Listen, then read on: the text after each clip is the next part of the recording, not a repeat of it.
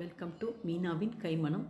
இன்றைக்கி டின்னர் ரெசிபிக்கு கொஞ்சம் கம்பு மாவு வச்சு கொஞ்சம் களி மாதிரி தான் நான் கிண்டியிருந்தேன். கூழ் தான் எப்பயும் நம்ம செஞ்சிட்ருக்கோம், இல்லை உப்புமா செய்வோம். இந்த மாதிரி நீங்கள் பண்ணி பாருங்கள். ஒரு 2 பெரிய வெங்காயம், கொஞ்சம் மல்லி இலை, கருவேப்பிலை, தாளிக்கிறதுக்கு கடலைப்பருப்பு, உளுந்தம்பருப்பு, கொஞ்சம் கேரட்டு, கொஞ்சம் சில்லி ஃப்ளேக்ஸ் போட்டு கொஞ்சம் தேங்காவும் திருவி வச்சுருந்தேன். நீங்கள் கூட கானு பொடிசாக காளான் கூட வெட்டி போட்டுக்கலாம். நீங்கள் சில்லி ஃப்ளேக்ஸ் பற்றி பச்சை மிளகா போட்டுக்கோங்க, உங்களுக்கு காரத்துக்கு எவ்வளோ தேவையோ போட்டுக்கோங்க.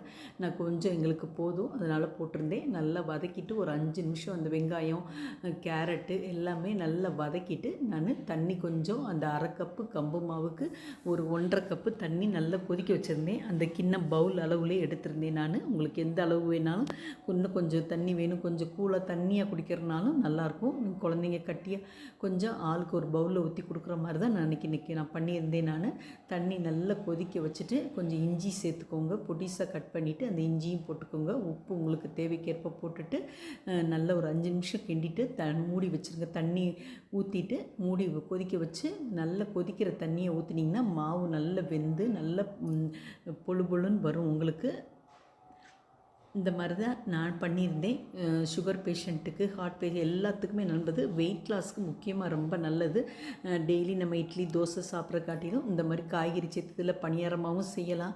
இதில் பிடிக்கலக்கட்டை மாதிரியே நம்ம வேக வச்சு இதை அப்படியே மாவு பிசைஞ்சு அதில் வேக வச்சு ஆற வச்சுட்டு கூட நீங்கள் அந்த மாதிரியும் ட்ரை பண்ணலாம். அது ஒரு நாள் செஞ்சு காமிக்கிறேன். நான் இன்றைக்கி உப்புமா கொஞ்சம் கூழு மாதிரி தான் நான் பண்ணியிருந்தேன். நான் ஒரு ஹெல்த்தியான ரெசிபி வெயிட் லாஸ்க்கு நான் பண்ணிகிட்ருக்கேன். இந்த மாதிரி நீங்களும் செஞ்சு சாப்பிட்டு பாருங்கள். ஒரு ஹெல்த்தி ரெசிபி, குழந்தைங்களுக்கும் கொடுங்க, பெரியவங்களுக்கும் சாப்பிடுங்க. அவங்களுக்கு கூல் டேஸ்ட் இருந்தது ஒரு தடவை இப்படி பண்ணி கொடுத்து பாருங்கள், அவங்களுக்கு ரொம்ப பிடிக்கும். இந்த வீடியோ பிடிச்சிச்சின்னா லைக் பண்ணுங்கள், ஷேர் பண்ணுங்கள், சப்ஸ்கிரைப் பண்ணுங்கள். மறக்காமல் மீனாவின் கைமணத்தை கொஞ்சம் ஹைப் பண்ணிவிட்டு லைக் பண்ணிவிட்டு என்கரேஜ் பண்ணுங்கள்.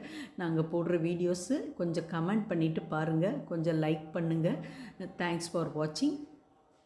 கூட பழம் இருந்தாலும் எடுத்துக்கோங்க. குழந்தைங்க ஆளுக்கு ஒரு வாழைப்பழமும் எடுத்து இந்த கப்பில் பவுலில் கொஞ்சம் களி மாதிரி தான் இருந்துச்சு. ஆரவுமே நல்லா கட்டி ஆயிரும். தண்ணியாக இருக்குதுன்னு பார்க்காதீங்க, நல்லா கட்டி ஆயிடுச்சுன்னா அவங்களுக்கு ஆளுக்கு ஒரு ஸ்பூன் போட்டு கொடுக்கும்போது நம்ம ஒரு ஹெல்த்தியானது கூட.